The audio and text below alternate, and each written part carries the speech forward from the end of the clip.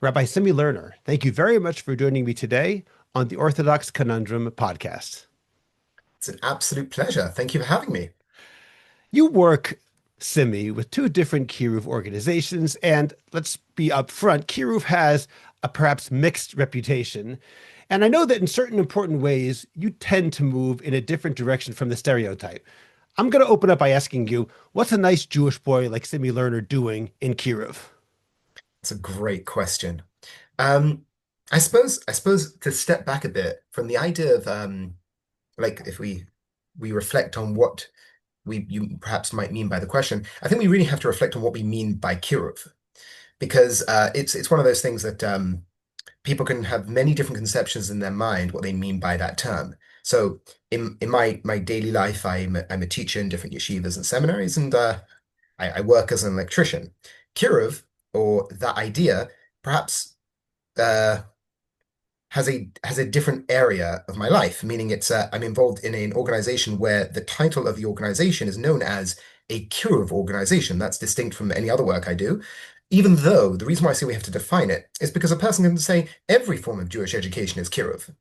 It's a bit of a silly word game then, because, well, Karav, to draw close. Excellent, but you're not doing anything. But at the same time, I think everybody, generally speaking, knows what they mean by that term.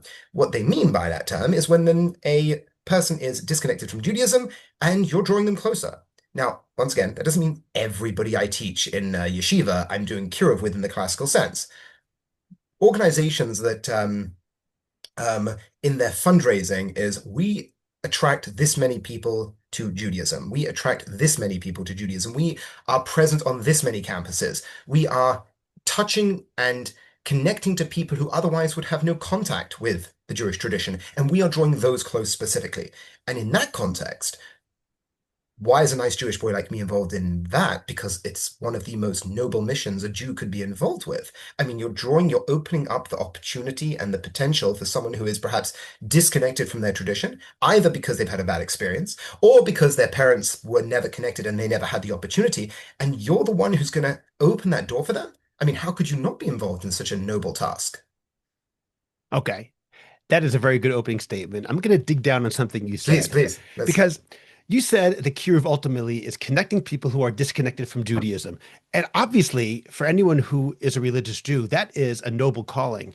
The problem starts to arise potentially when disconnected from Judaism begins to be defined. It could be the person who is, from an Orthodox perspective, not Shomer halacha, from his own perspective is, what do you mean? I am either Shomer Halacha, but perhaps in a reform or conservative or other way, or connected to Judaism in other ways. I'm very Zionist. I'm very involved in the Jewish community, even if not through Torah and mitzvot as we would define it. So how do you make sure when talking to people that you're not saying, I want to connect you to Judaism, my form of Judaism, in a way that turns out to be condescending?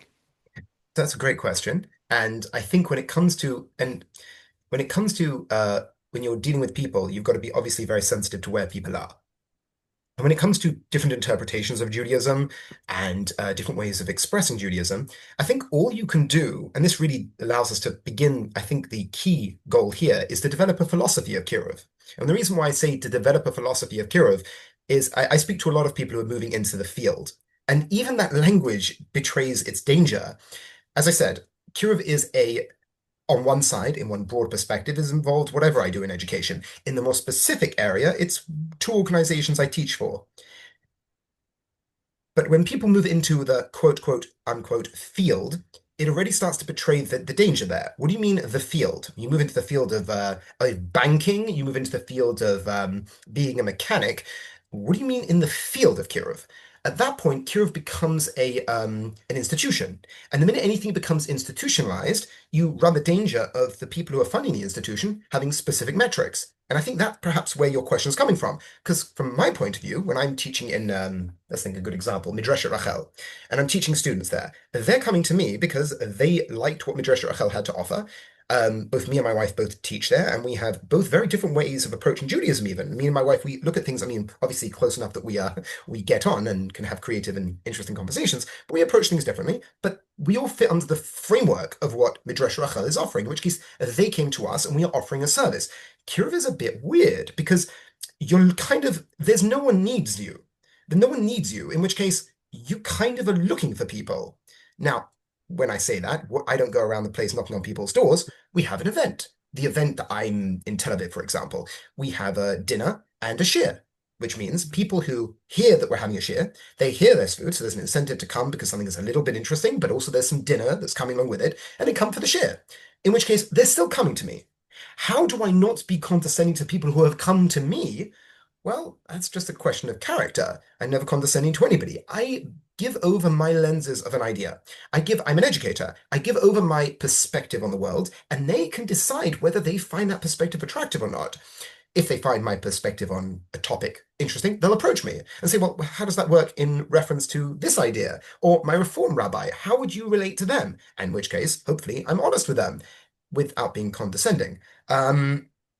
Yeah, I think that's perhaps the best way of expressing it. The minute someone's coming to you, you've got to be able to put your perspective on the table and see how they relate to it and react to it. That's very good. And I like that. There's a lot of important points you made right there. What you said in terms of everything you do is kiruv. It reminds me a bit of what I once heard in the name of Rav Moshe Feinstein's Zatzal, when he said in Ava Rabba, we say, Lomod ululamed, that God should help us to learn and to teach. And Rav Moshe says, well, what if you're not a teacher? And he said, there is no such thing. Everybody is a teacher. At every moment of our lives, we are teaching someone something. And I think that's sort of, on some level, what you're talking about. The question is how formalized it becomes. I would like Yeah, to go and dig down into please. some of those ideas about metrics and some of the others. When you talk about metrics and institutions, though, how can success be defined in your philosophy of Kiruv? Because part of the problem is, I mean, just defining what it means to be close to God, to be close to Judaism, aside Absolutely. from pure, absolute dedication to Torah and mitzvot. Okay, let's say that that's a successful situation from the perspective of Kiruv. But there's so many other things that are not quite that, that if someone calls them a failure, that's terrible. They're not failures at all. There's something. Right. So there's a lot of ideas that I want to put on the table, and I'm just hopefully we can approach it in a systematic way. First of all, I want to say at the outset, it's very easy for someone to be condescending and critical. I've seen many talks where people have been like, the toxic nature of Kiruv, mwahaha. And that's easy, and it's easy to criticize, and it's easy to be a naysayer, and it's easy to do all that sort of like hyperbolic, well, I can criticize. I'm an electrician. I can criticize plumbers all day and all night. I can criticize handymen all day and all night, but I'm not in their position. So I want to put on the table that when I'm involved in this world, and the first thing to recognize is that the minute, perhaps let me approach it from my standpoint, and then we can discuss how other people approach it. The answer is it's like measuring, like measuring love with a stopwatch. You can't. It's like asking a person, did the person keep Shabbos yet? Well, that's maybe not their journey. Maybe that's not the appropriate thing for them in the here and now. And the minute you start putting metrics on it, you start putting pressure on me to perhaps push in that direction. I mean, can you think of anything more dangerous than an individual putting emotional or connective pressure onto someone, and you've developed a relationship with them? And this is a point that just to branch off. When I'm speaking to my students in yeshivas in general, seminaries less so because I'm a male and I'm teaching girls, but a Jewish teacher isn't a lecturer. We connect to our students. If my students have a question, they can approach me with a question and discuss ideas with me, but the ideas aren't disconnected from their lives. Meaning, even in the educational world, the adult educational world that me and Rivka are involved with, you you're not a lecturer. You're connected to your students, their lives, the ideas you're discussing. You're not discussing, I don't know, the symposium and how do you relate to. No, you're talking about things that profoundly affect your lives. So a Jewish educator is far more than a lecturer. When it comes to the world of Kiruv, it's the same, but there's more to it as well because you're introducing them, hopefully, to a perspective on the world that they haven't had the opportunity to engage with. In which case, there is a certain vulnerability there. There is a certain potential for a power imbalance because you're introducing them to ideas that they haven't come across. You're introducing them to ideas in a way that a danger that comes along with the Kiruv world is that you've thought of these ideas a lot, you've systemized and structured them, and someone hasn't necessarily come across them, and you sound quite impressive. So at that point, you're developing a relationship with a student who's interested in Judaism, you're connecting with them on the level of learning. Hopefully, it's a level of learning. People do have a thing. I mean, there's different approaches to connecting to students who are distant. With me, it's always in the framework of learning, and most organizations, hopefully, it's always in the framework of learning. But as you said, what happens when there is a metric? And why does there have to be a metric? There has to be a metric on a very basic level, is because someone's funding the organization. The person who's funding the organization wants to know that, listen, I'm giving you all this money, and what are you doing with it? I mean, you're sitting down and schmoozing to people, but give me some, I want to hear something for that. Now, that's where the danger arises. Meaning, it's not because people are nasty or people don't want to recognize that spirituality and free will are central and can't be measured, but then you have the other problem. Back to the idea of institution. The minute you institutionalize anything, you run the risk of asking for metrics. It's an institution. These people are giving money. We want to be able to show them KPIs. And that's where the problem arises. That's where the danger arises, where a person's going to be like, well, I've got this pressure on me. How do I fulfill these arbitrary criteria on real human beings? I run the risk of commodifying people, objectifying people as a tool in my ability to make a living. Can you think of anything more dangerous and deadly and counter to Judaism? That being said, it makes it a very, very sensitive responsibility. Now, as I said, it's easy to be the naysayer and point to people in the world have done lots of bad things. The way I think the healthiest way of expressing, especially hopefully, that people who are moving into this world, because it is a noble mission, they can not only recognize it as a noble mission, but recognize it as a very delicate responsibility. You're dealing with people's lives here, in which case, if you are getting pressure from an unknown entity within the fundraising world, you as an individual have to have the backbone and the spiritual fortitude to be able to connect to the student where they are and help them and help them progress where you genuinely feel it is best for them to grow and progress. So the answer is, of course, it's a danger. And I'm sure there are dangers in every area of education, meaning seminaries, yeshivas. I want people to come for another year, a second year. For financial reasons, seminaries make a boatload of cash when people come for a second year, and yeshivas as well. In which case, well, what's the motivation? Maybe it would be bad for them, maybe it would be good for them. We hope and we trust, until we have reasons to think otherwise, that these teachers and these educators are working in the best interest of their students. In a very similar way, when it comes to Kiruv, you are involved in a very sensitive responsibility. You're dealing with people's souls. I don't know what we mean by souls in this context. You're dealing with human personalities. And when you're dealing with human personalities, and just to really focus in on this point, and I don't think there is a bigger religious concept, the biggest and the most important religious concept, I think, according to any religious mind, is the idea that we are committed, that we have freedom of the will. And that is, there is nothing more important than that. In which case, that is what you're playing around with. You have the ability to influence. In which case, when you're influencing people, you have to allow the greatest space for them to be in a position to choose in the most objective way possible. And your job is to be able to provide that landscape to them and do your best not to be biased, even if you have personal interests. Okay. That makes sense? It makes a lot of sense. I want to talk a little bit more about metrics because I'm curious what you think of the following idea. Perhaps what I'm describing here is not called Kiruv, and that's the answer to the question. I'm going to tell you my own idea of if I ever opened up a Kiruv organization. So I used to co-run a yeshiva called Yesodei HaTorah. So I used to think of them as Yesodei houses. It was just a thought experiment. It was never an actual plan. I said, if I wanted to open Yesodei houses, that would be a type of Kiruv place where people could come in and do something. What would it be? What would be the metric, so to speak? And I thought to myself, people would come in and they would learn with a rabbi for an hour or a rebbitzin or an anybody. And they'd sit and they'd learn something that that person found interesting or something of that, something equivalent to that. And if someone were to ask me, did that person become frum? Maybe, but that wasn't the goal. The goal was that a person who wasn't learning Torah now spends 1 hour a week learning Torah. Isn't that a wonderful thing? And if that student were to ask me, if I'm the rabbi, should I be religious? Like I personally think people should be religious, of course, but I'm not, there's no game being played over here. There's no secret thing where I'm trying to get you in the back door such that eventually you'll turn into a religious Jew. And I'm playing some sort of, I have some mechanism where I'm secretly trying to make you from, I'm very open. Of course, I think you should be Shomer Shabbat, for example. I know we're going to talk about that, if that's true or not, but I think you should be Shomer Shabbat, of course, but we're not talking about that now. There's lots of things that I think, lots of things you think.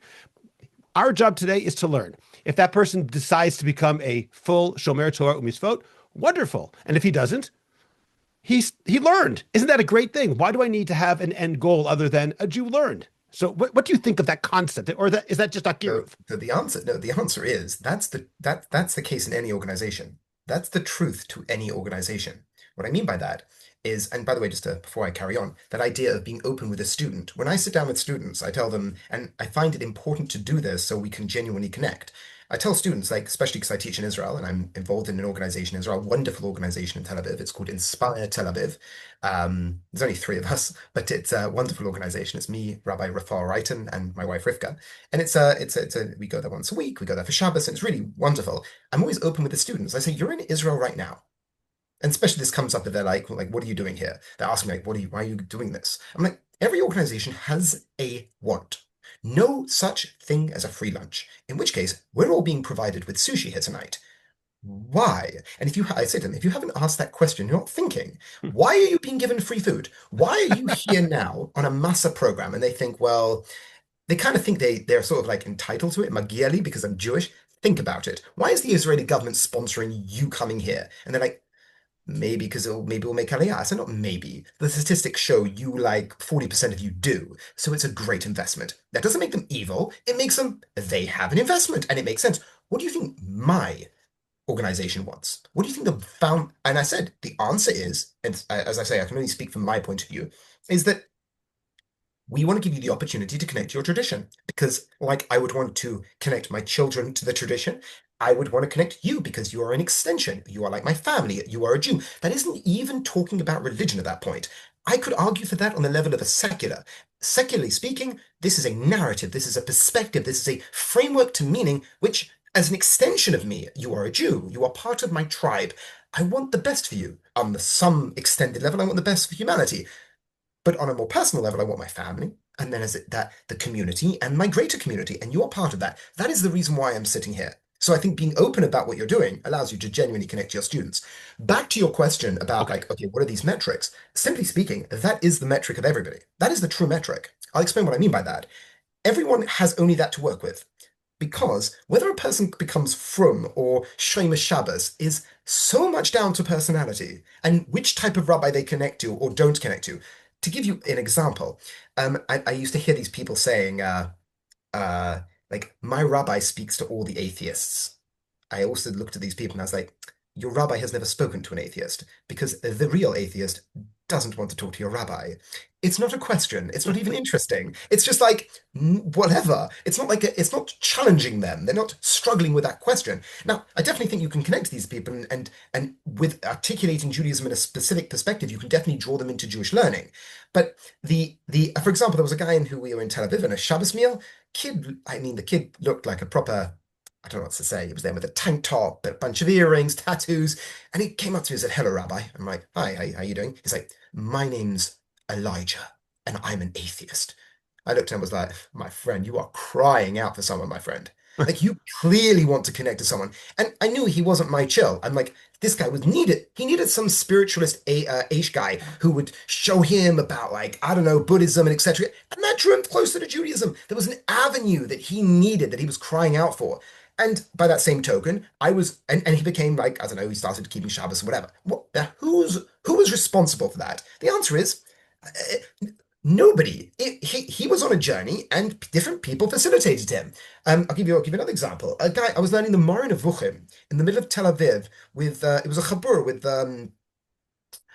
it was in it was in the main shul. It was with a couple of students, and this guy came off the street, literally came off the street, sat down, and it it developed from the Moira, and he blah blah blah blah, and he was in Machon Shlomo, blah blah blah, all the etc. Now I could even all my stupidity say, "Oh, look what I did," and I don't mean that as a point of humility that I'm not stupid enough to say that. It's like you recognize different people have different personalities, and different personalities need different things. And just to connect back to your question, the only genuine metric is a person connected to Jewish learning.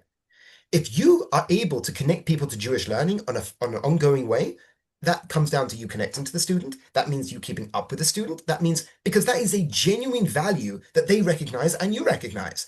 Now, if a person says, listen, I'm not interested in that, on some level, that's also personality wise. But the thing that you can genuinely push for is that you can genuinely say, I do believe every Jew, secular or religious, should be involved in Jewish education, which means why do they need the other things? There's an inappropriate language for expressing this, but I'll say it anyway. a refined way. The reason why people want to hear keeping Shabbos, keeping kashrus, keeping this, keeping that, keeping the other, is because it sounds more bizam.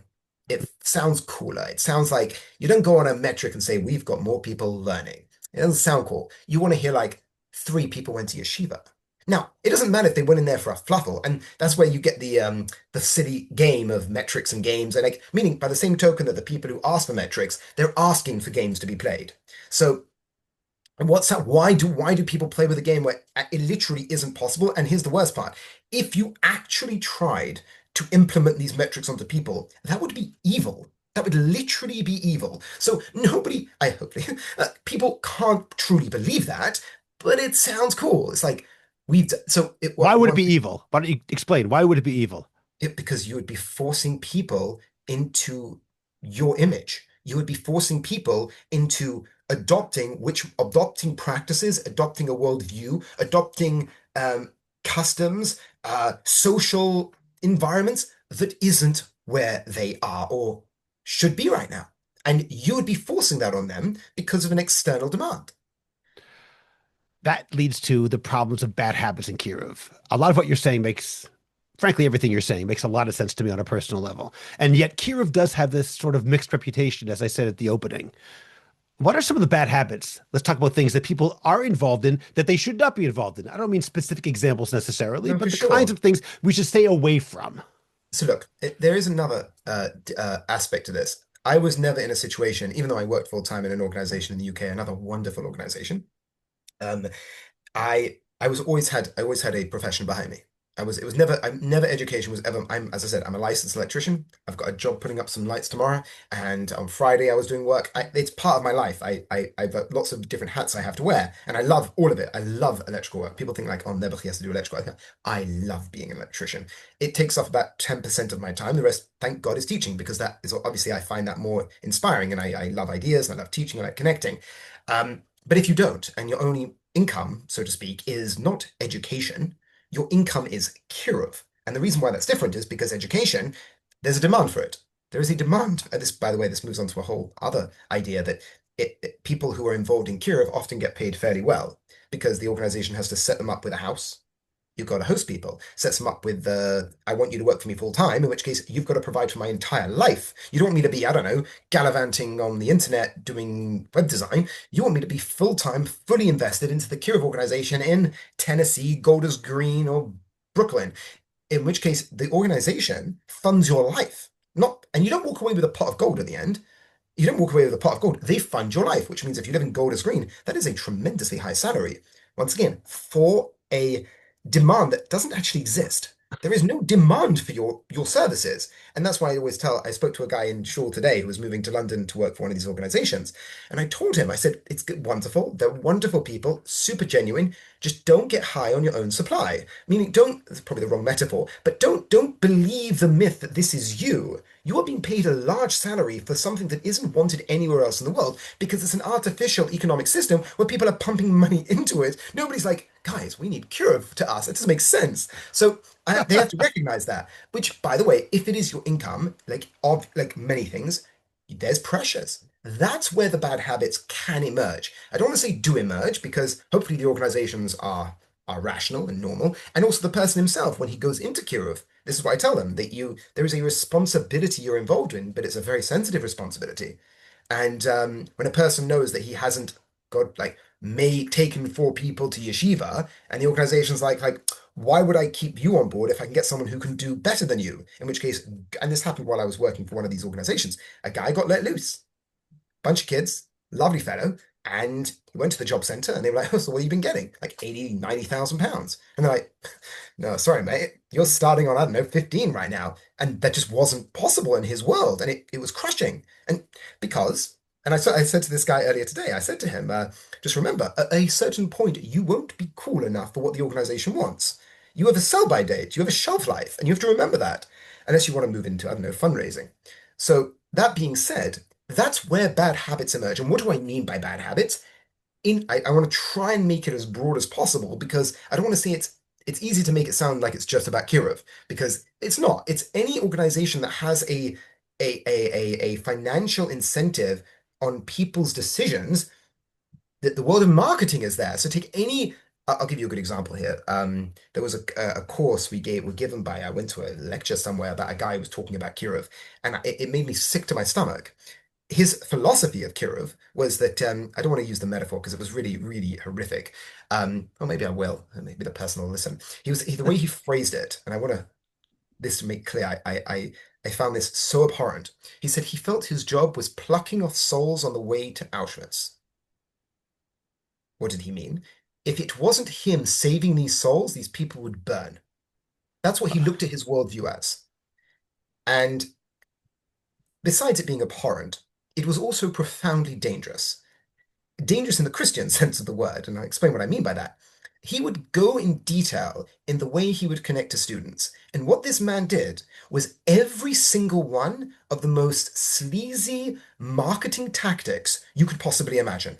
He was basically marketing. But so here's the problem. I'm not blaming him because he was taught this. He believed it. The same way when you sit opposite a Christian, the Christian who loves you, they're not connecting to you as a person. Their love for you forces them to need you to become Christian. Because if you're not a Christian, you'll burn for eternity. In which case, they need you to be a Christian, which is why I say when a Christian sits opposite you, it's very difficult to genuinely connect because on some level, they want you to be a Christian. And that's coming from love. And this person, because he had, in my opinion, he had a profoundly warped sense of reality, his love for other people, how can I not trick them and whatever it was, I'm saving souls. So what leads to this is, on the one side, I suppose, a warped philosophy of Kiruv, but on the other side is like any other profession that is involved with people, you've got to be very vigilant that you aren't being swayed by the wrong things. And that's the same with education organizations and the same with Kiruv. Does that answer the question a bit? That definitely answers the question. I'll just make one comment, and obviously what you're saying makes a lot of sense. I want to defend some Christians I know who genuinely don't want to convert Jews. Okay, just in For fairness. sure, for sure, for sure, for sure, for sure. Obviously, it's the type of thing where they say that right, 100%. There are those who aren't in that direction, and my point is more on the level of principle. If I genuinely thought a person would, I don't know, suffer for eternity unless they kiss the cross, I mean, like that's what in the ancient time, the Middle Ages, they Right. would allow people to burn. They were doing it in a weird, perverse way out of love for the other person. It's like just kiss the cross. That's all you need to do. And it was like not because they were evil, and well they were, but Well, I'm they saying were, but it was that sort of like it didn't come perverse. from an evil intention. Exactly, and that's why one of the reasons why ideas are so important, and thinking through ideas are so important, and challenging ideas are so important. Right. Yeah, I'm just saying, I know there is a new stream of thought within certain Christians who believe that Jews should be Jews, and that is their job. And why God chose such a oh thing is a yeah, mystery yeah, to them, but they accept it and they celebrate it because we're supposed to bless the Jews. I just want to make that clear that, nice, fair, fair, fair, fair, fair. I'm okay, perhaps going fine. to get it from a more Catholic perspective, Okay. pre-Vatican II. We better get to, okay. Now, I'm going to go back to something which I alluded to a few minutes ago. And you've been speaking about it, though we haven't addressed this directly. Doing something to somebody or helping somebody, I'm putting air quotes there in that word helping, in such a way which is not good for them, even though it leads to greater Shmirat Torah. For example, if somebody is in a family where keeping Shabbat would be very bad for them personally, Hmm. and that person says to you, should I be Shomer Shabbat? There are many people who would say, of course. What do you mean? The Torah says to be Shomer Shabbat. It's chayav skila if you're not Shomer Shabbat. It's a terrible thing not to be Shomer Shabbat. I believe that you think somewhat differently, and perhaps you could elaborate.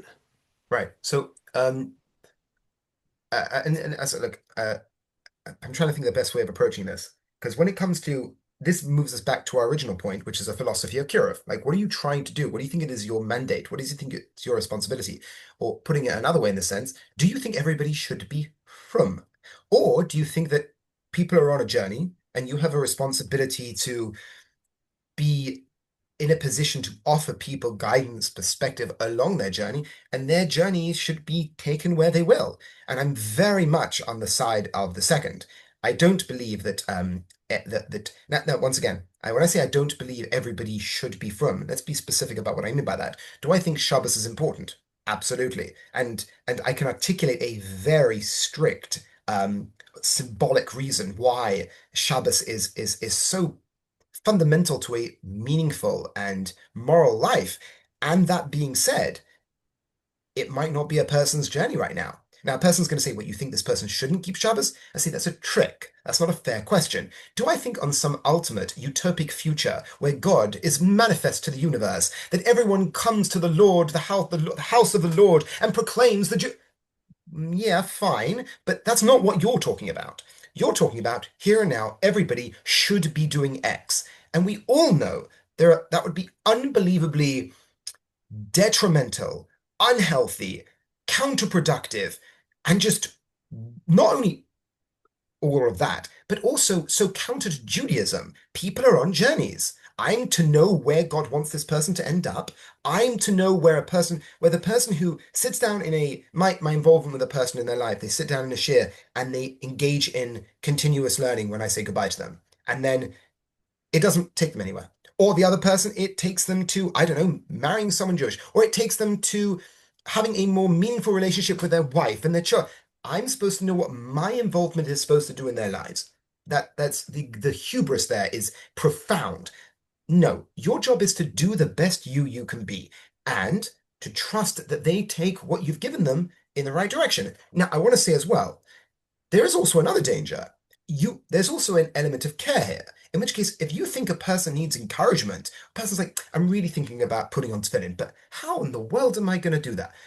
I can't do that." The answer you say, well, you can advise them as best you can, and sometimes you may feel they need to be encouraged because you actually genuinely think it's a good thing for them to keep put on tefillin every morning. In which case, once again, back to my point, a very delicate responsibility on both sides. Should you now, as I said, there's each side is that you need to err on the side of caution on both sides, but at the same time, not be so cautious that you become like, I don't know, a tape recorder. Once again, it's sensitive, but I think if you appreciate the dangers on both sides, either of not encouraging or encouraging, you appreciate the dangers. You appreciate the means you're engaging in for a noble end. But if you appreciate the potential darkness of your means, I think you become a different type of person who engages in this. And I think that's one of the most important points about appreciating means and ends. Yes, sometimes means can be suspect and can be grey, but there's two approaches. One, ignore that aspect and just go for it. The other one is sit with it, recognize the responsibility. It might be scary to do that, but you become a different type of person who engages in it if you do it like that. Now, Rav Simi, what you're saying really speaks to me in a deep kind of way. And I'm going to say a certain philosophy that I've developed, maybe philosophy is giving it too much weight, but a certain way of thinking how I think about these particular things. I'm curious if you agree. It's almost the philosophy behind of what you're saying. It's the Okay. philosophy behind the things you're saying. And to me, on some level, I would describe it like this, which is that halacha, Torah, is the will of God. It is completely the will of God. However, the will of God is not identical to the Torah, meaning the will of God is a bigger thing than the Torah. It is not equivalent to it. It is not synonymous with it. In other words, I can say that everything in Jewish law is an expression of the will of God. That does not mean inherently that anything not in Jewish law is not the will of God. They're not synonymous. And in my mind, what you're saying is kind of like that. And maybe you'll say that's not what you mean. But to me, I think that's an important point. There are times when something which might be technically outside the bounds of religious law, can I say that is a valid application of halacha if it's not? Of course not. It is not a valid application of halacha. But can I judge someone and say, by definition, because you are breaking halacha, you are by definition at odds with God? I wouldn't say that either, because that's not my place to do so. And I don't think it's necessarily true. I'm wondering if you agree or disagree with that particular statement. That's an interesting way of phrasing it. So let me think about it from this standpoint.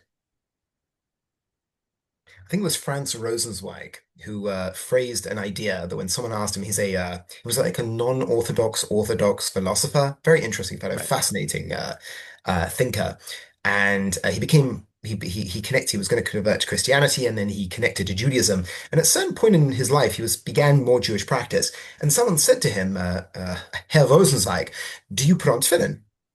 And he said, "Not yet."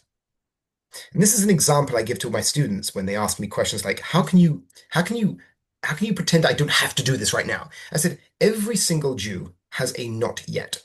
Not yet isn't no. Not yet is not yet, meaning there is an appreciation of a pressure. And I think that pressure of not yetness unifies every single Jew. Every single Jew from across the spectrum is under the canopy of not yet.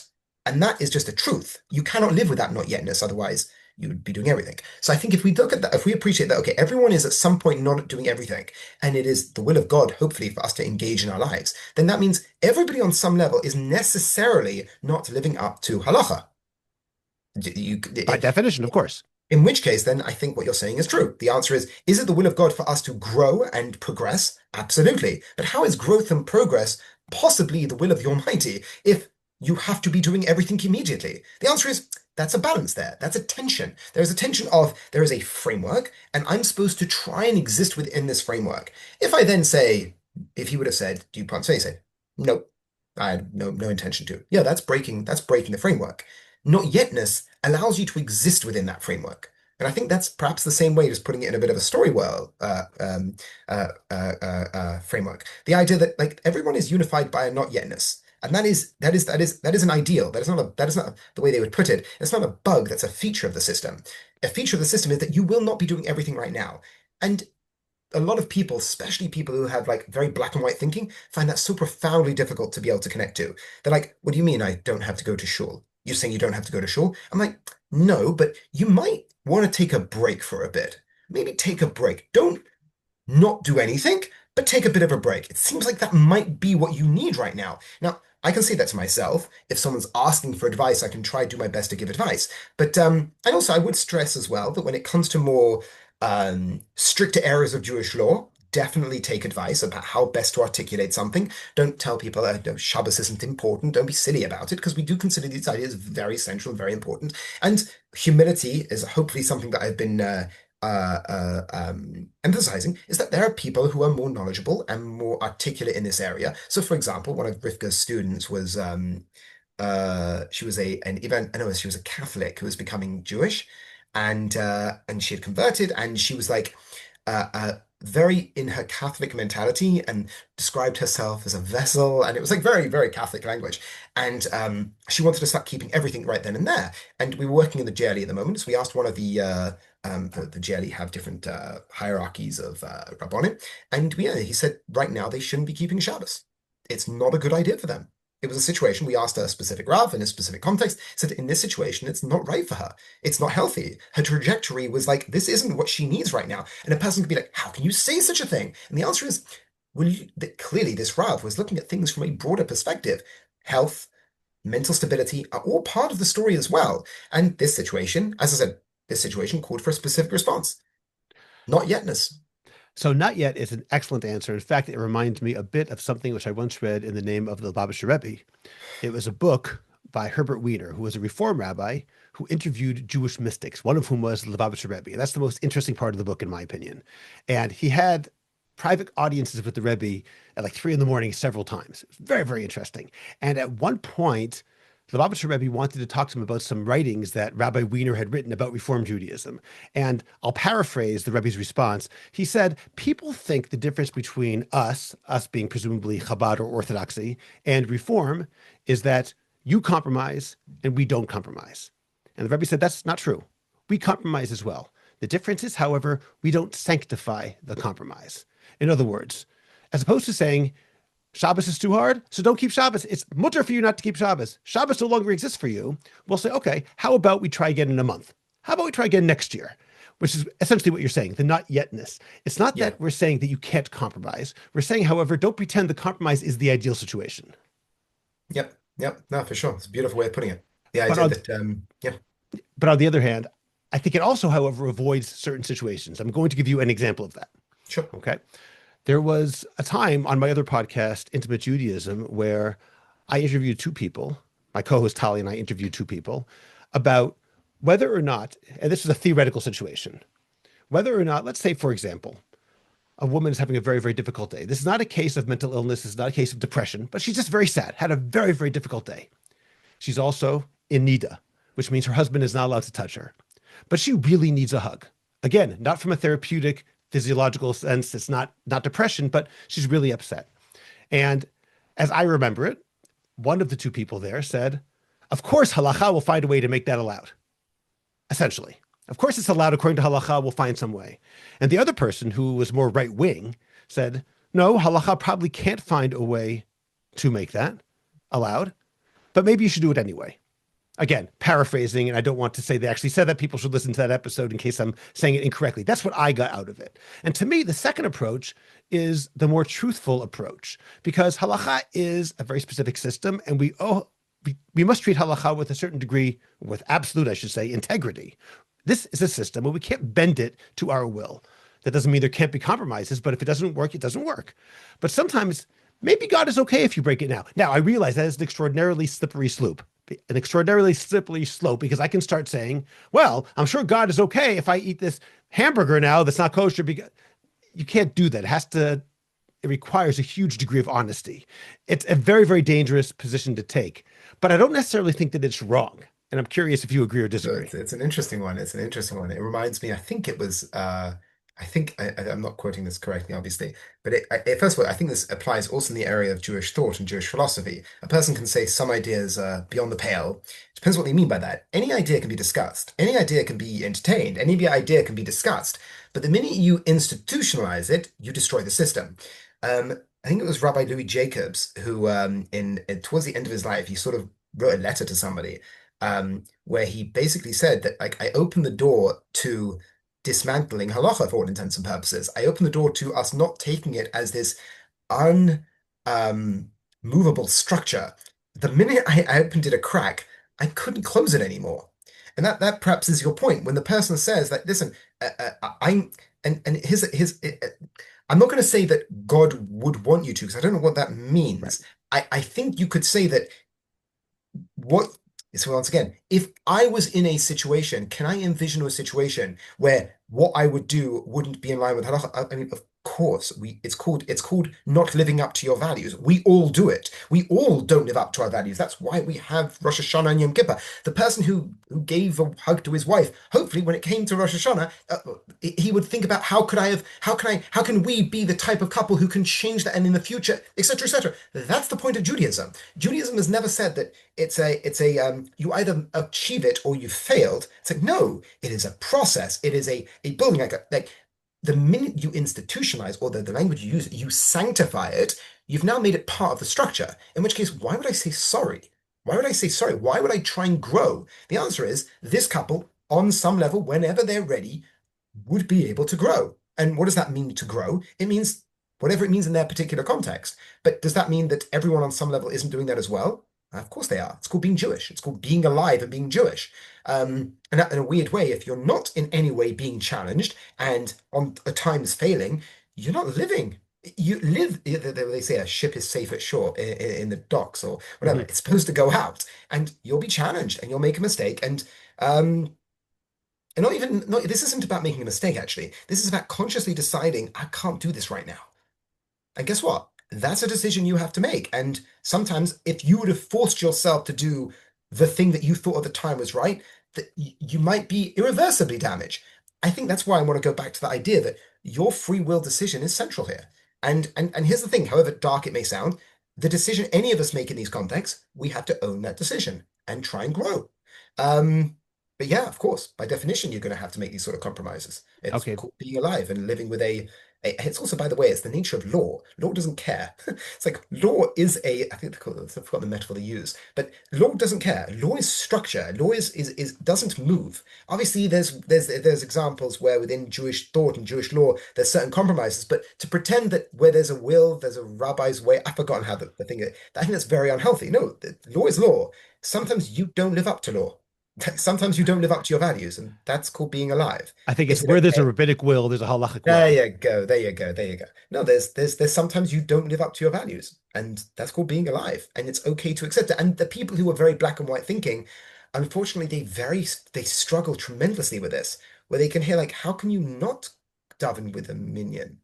But doesn't the halacha say you have to? And the answer is like, yeah, but not right now. Does that mean it's now you don't? I mean, like, no, maybe I'm not going to go to mincha right now. I'm not. Even though they're like, so I'm saying that's called being alive. That's called living Judaism. So yeah, Okay.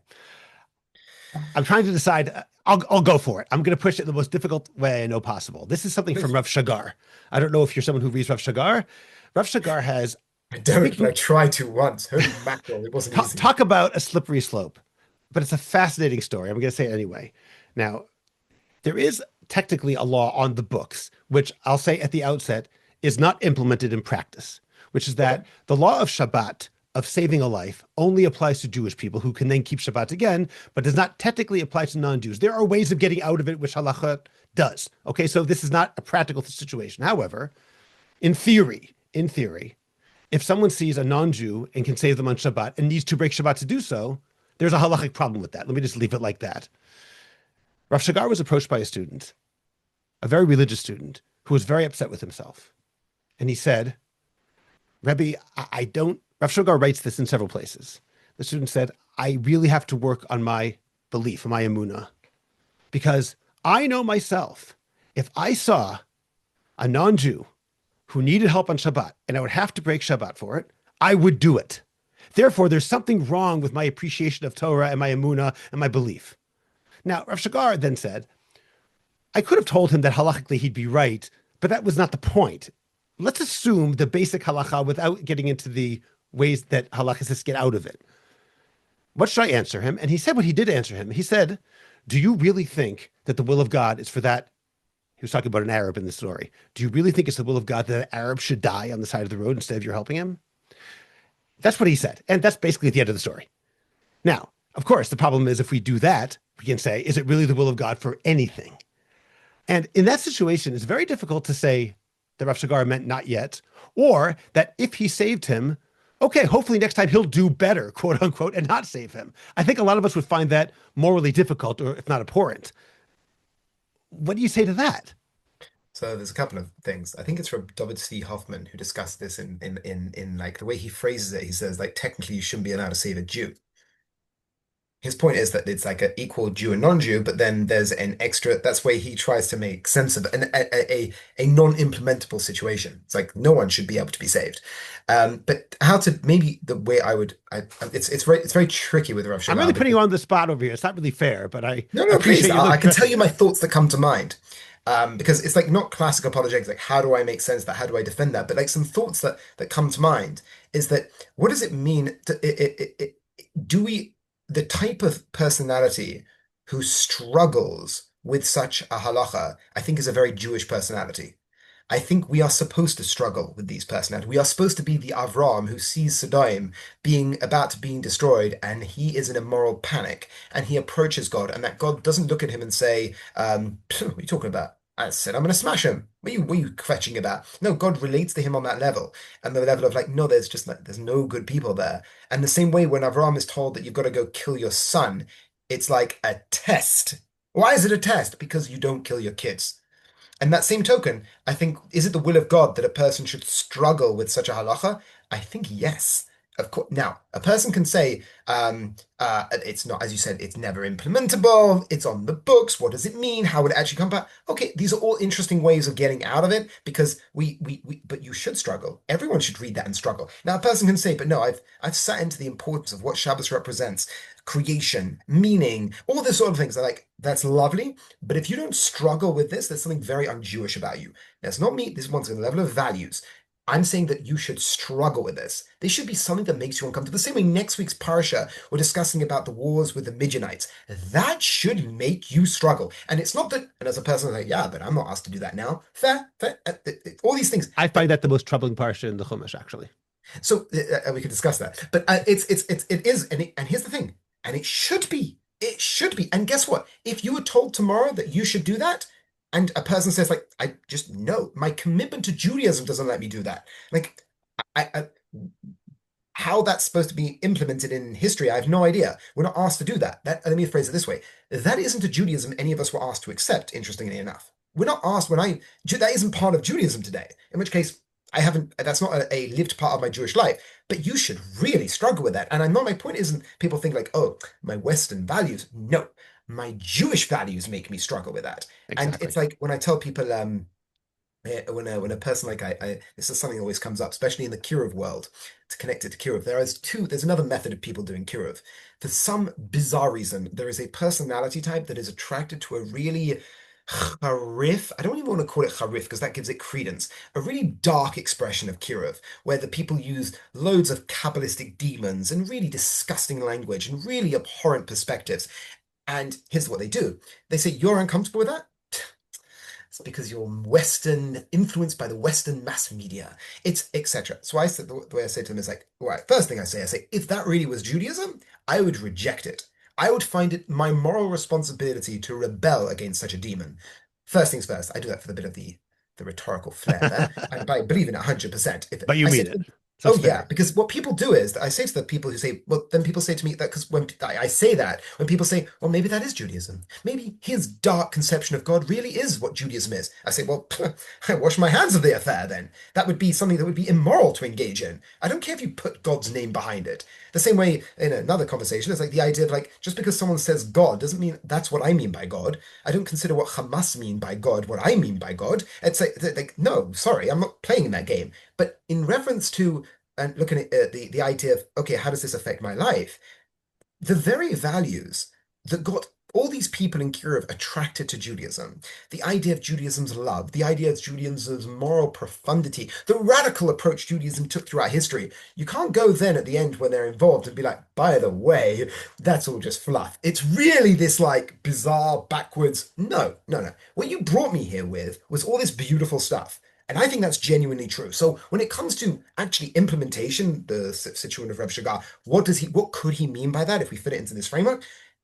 Do I really think it's the will of God for you not, and this isn't what he said, but this is the way Right. I would phrase it, that you shouldn't struggle? Of course you should struggle. Should you become the type of person who uh, the human life and human connection is meaningless in relationship to breaking Shabbos? No. Okay. That is an excellent answer. I really appreciate that. When you talk about that idea, you didn't really mean it because you said that's not what Kiruv is, but I think it's something which actually does take place where people are brought in by something, and later on they might have some sort of buyer's remorse where what they actually have is not what they were necessarily told by their quote unquote Kiruv professional. I have heard some people who are religious and they've remained religious and they're Balei Tshuva. They came into the Orthodox community after being originally not part of it, but they were told certain things in their Baal Tshuva yeshiva, and it wasn't necessarily what life was really like later on. And I'm curious how you avoid, I guess the answer is honesty, but avoid that phenomenon of people discovering that something isn't exactly what they thought it was going to be. There are all sorts of things that seem so great, their first Shabbos or their first Jewish wedding. Fantastic. And life is a lot more complicated than that. Yeah, no. So, by the way, I want to also stress there's a huge amount of self-sacrifice that goes on the level of people involved in this, a huge amount of honesty, chesed, giving, and there's an absolute because when we're discussing the darker sides of things, there's a danger that we don't focus in on the absolute amazing work that people do in the For most sure. genuine way to connect Jewish people to their heritage and their a framework of meaning in a world today where narrative and a lack of narrative and lack of perspective and coherence and people are striving and sort of thirsty for a direction. So there's a huge amount of that. With that being said, how do you approach this whole buyer's remorse thing? Is that it is. I always say that two things to add to that is like it's very like people like bringing people to very wealthy, fancy people's houses for Shabbos meals. And it's like rich people love hosting people and they love hosting Kiruv people and love hosting people who are secular, but like that's not reflective of a regular Jewish life.